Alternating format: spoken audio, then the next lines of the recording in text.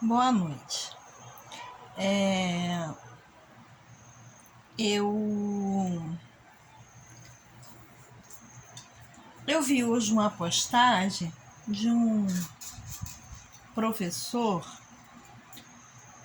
falando sobre a questão da violência na escola e principalmente sobre a questão da crise de ansiedade, onde esse educador dizia que era uma frescura, né?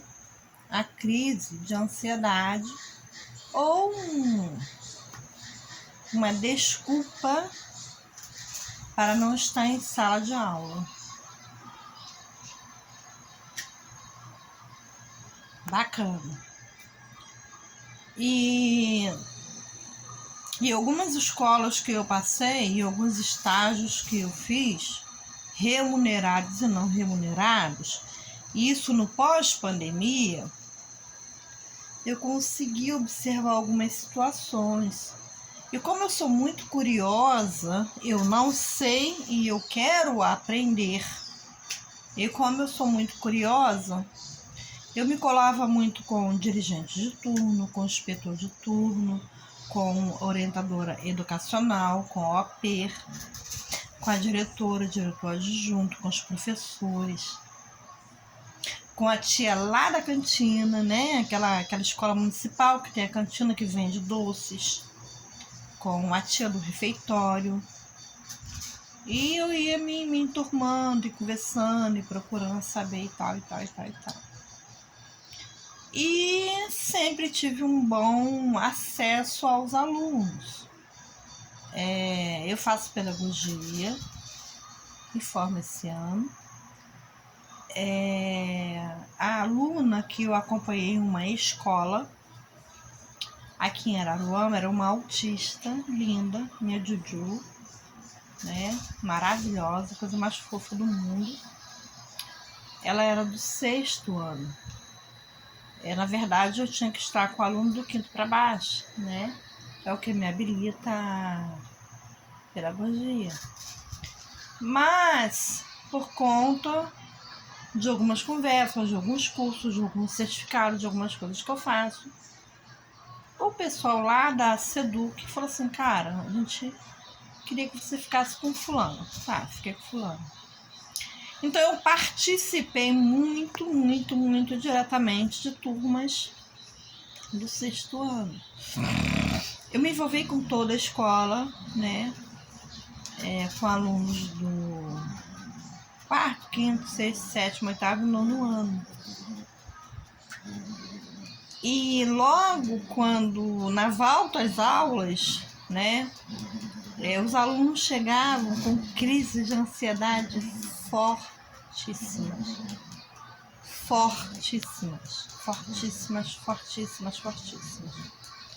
E como eu tenho e eu passei nessa pandemia por crise de ansiedade e síndrome do pânico, eu conseguia entender o que ele estava passando. Às vezes, para a gente se colocar no lugar do outro, a gente às vezes precisa sentir o que o outro está sentindo. Só que óbvio, né? Quando você é um profissional, não falo nem de mim, porque nem profissional eu ainda sou. Mas quando nós somos profissionais, a gente tem que se colocar dentro de uma questão profissional, né? Tá, tudo bem. Então, uma das falas de um professor, né, que houve hoje, é que palhaçada, esse negócio de aluno com crise de ansiedade. Palhaçada esse negócio de violência na escola. Sempre teve. Meu Deus. É verdade, ele tá certo. Em termos. Alguns alunos outrora tiveram crise de ansiedade dentro da escola, mas nem o aluno e nem ninguém percebeu. Porque a gente não via de um advento tão forte como foi o advento da pandemia. Algo desconhecido, Mesmo que se você procure pela literatura científica, você vê que já teve outros Covids, né? Covid fim, Covid SARS, Covid B, para depois chegar o Covid SARS-CoV-2, que é o Covid-19. Legal, bacana, entendeu? E muitos alunos já tiveram crise de ansiedade. Só que talvez a gente não consiga identificar, né? Agressividade sempre houve na escola. Isso não é de hoje, do ano de 2023, nem do ano de 2022, 2021. Isso é uma questão de, vou botar, 10 décadas atrás, para não ir muito longe, né? E o que acontece? A preparação para poder enfrentar essas questões é que às vezes fica muito entre linhas, né? Ou seja, a pandemia, exemplo, mas acabou a pandemia. A pandemia acabou. Agora é agora. Vamos ver agora. Esquece pandemia. Oi?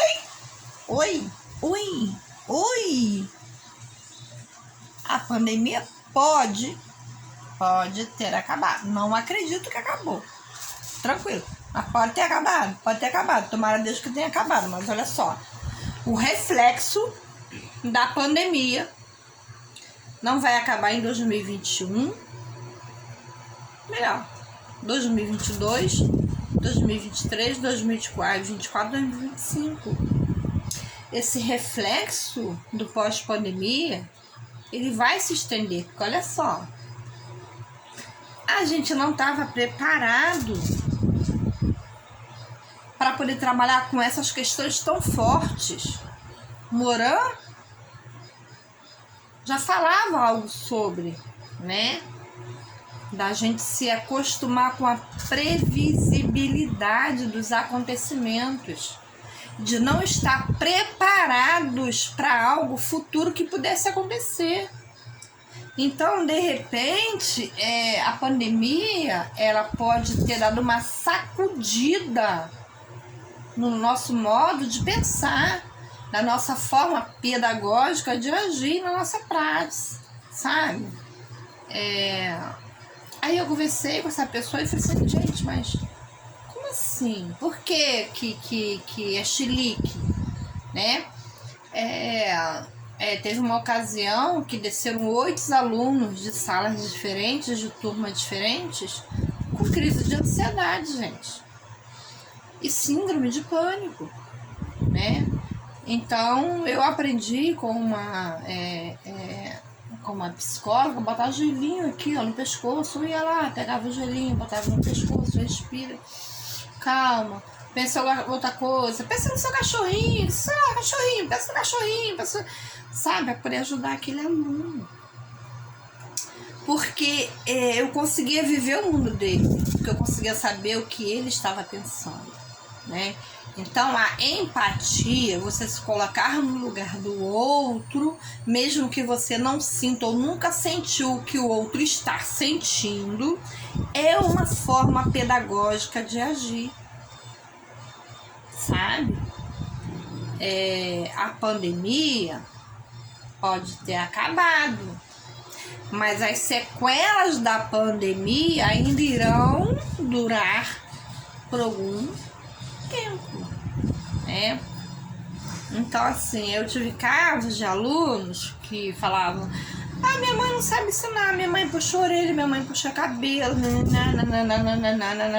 tem paciência, não sei o que, minha mãe não é professora, babá, né?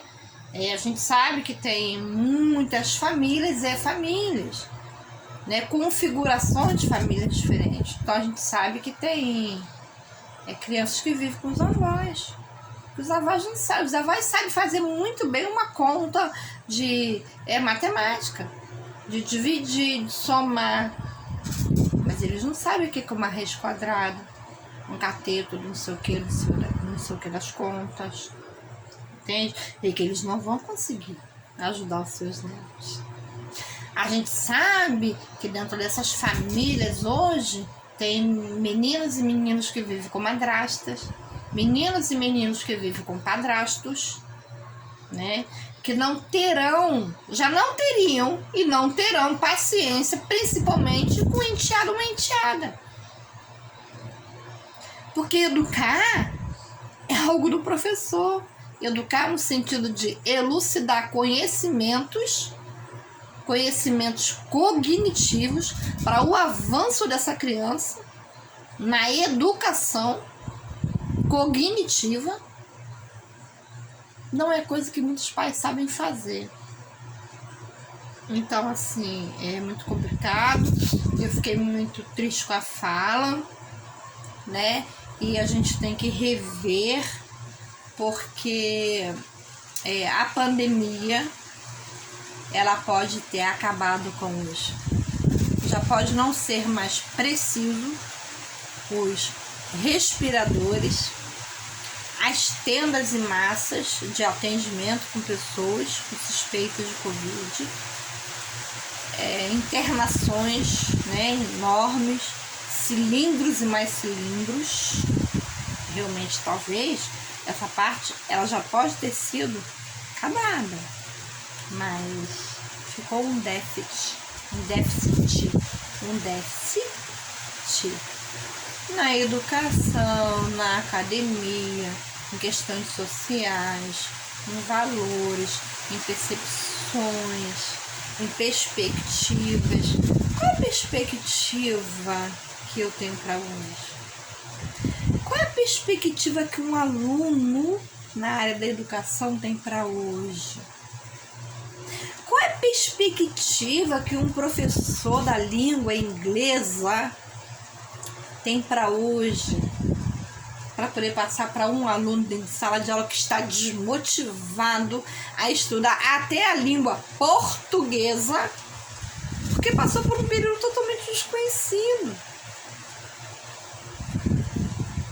Então,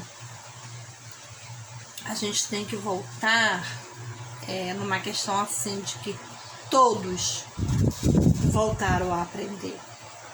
Todos estão aprendendo de novo. Seja o orientador educacional, o orientador pedagógico, o diretor adjunto, a tia da cantina, a tia do refeitório, o tio da secretaria, os professores, os alunos. Estamos voltando a aprender.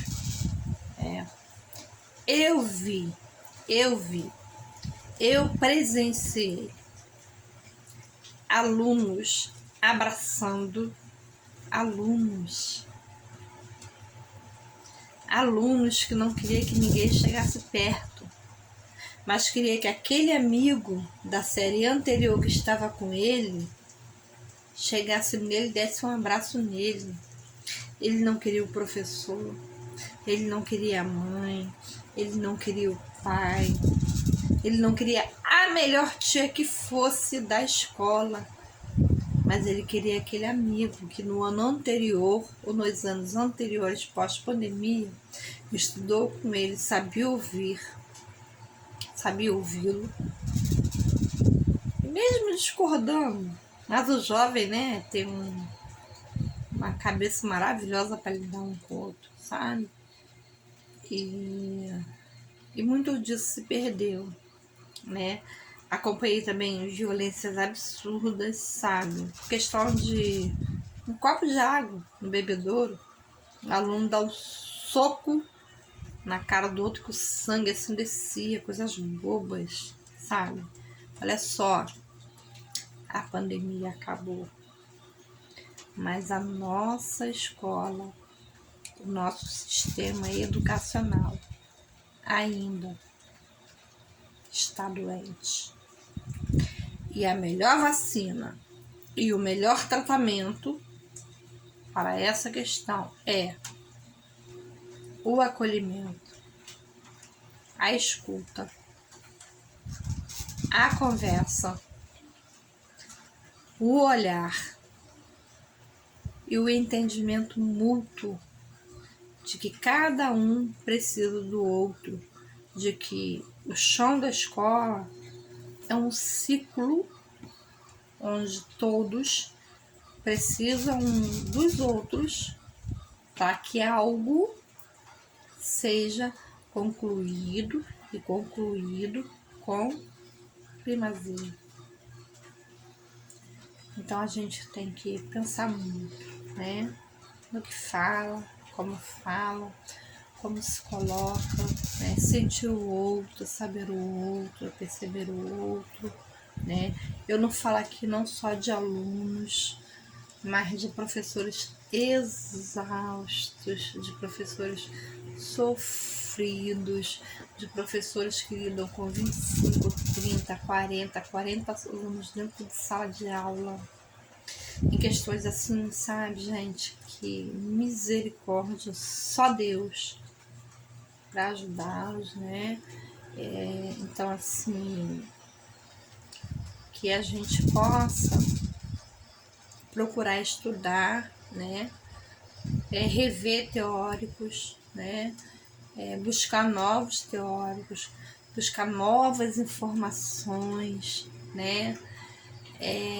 Para que a gente consiga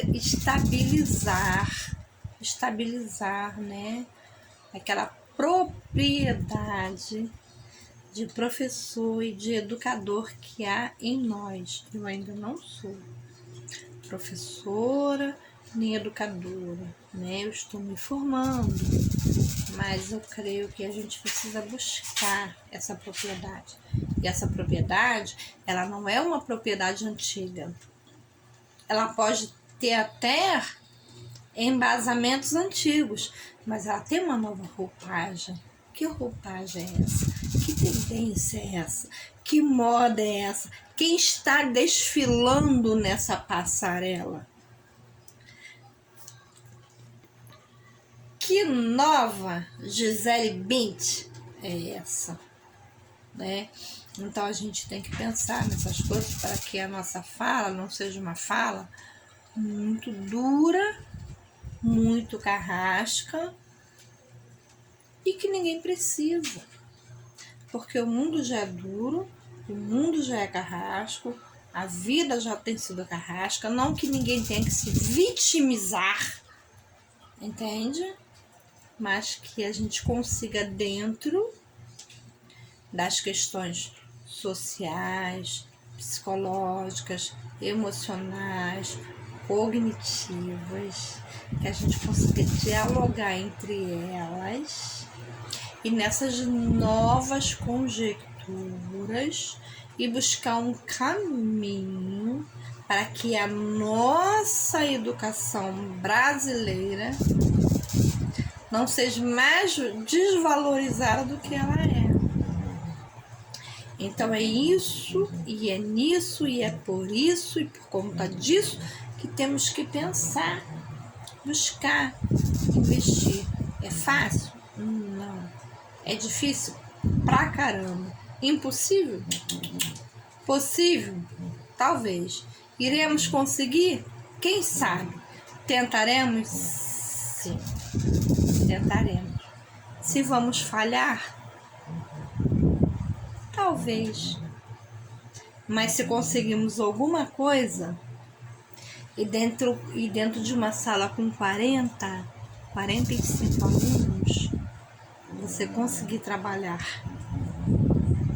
um aluno, 2 alunos, gente, ele pode ser um doutor lá na frente que vai abrir caminho para 10 e 20. Ele pode ser um professor lá na frente que vai abrir caminho para 10 a 20. Então é nisso que temos que pensar.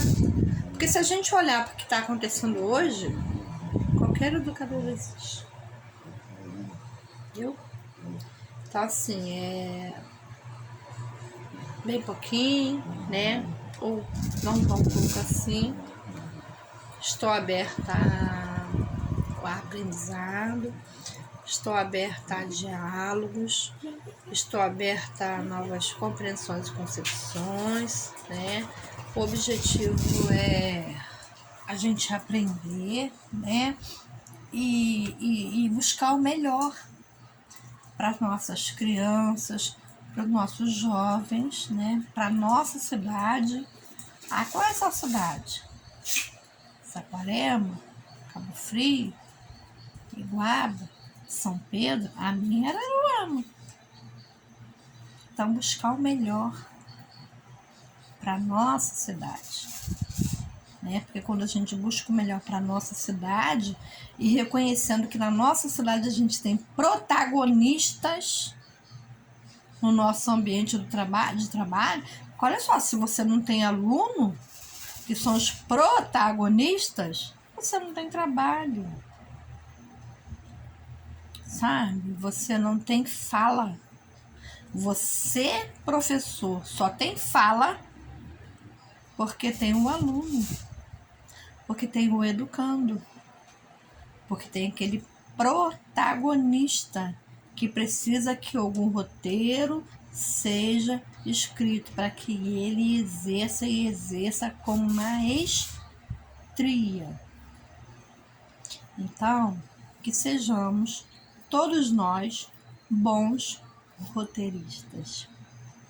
Boa noite.